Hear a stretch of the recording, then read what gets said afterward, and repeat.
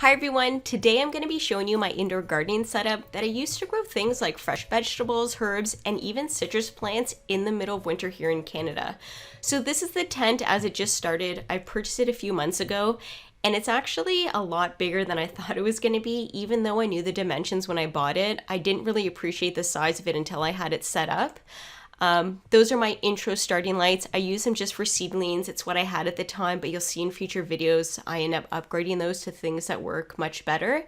And I'll give you guys some tips for lights that I like and I didn't like, that what works, and just things that I wish I knew before I bought the lights that I own now. But that pot that you saw there was a 3-gallon pot, so it doesn't really take up a lot of space. That's how big the tent is, which actually turned out to be a good thing because, as you'll see later on, I actually ran out of room in this tent. I had so many vegetables growing inside. So here's a couple of pictures of the tent itself, and then also in a minute or so you'll see some, or a few seconds, you'll see some vegetables that I had some luck growing indoors so far this year.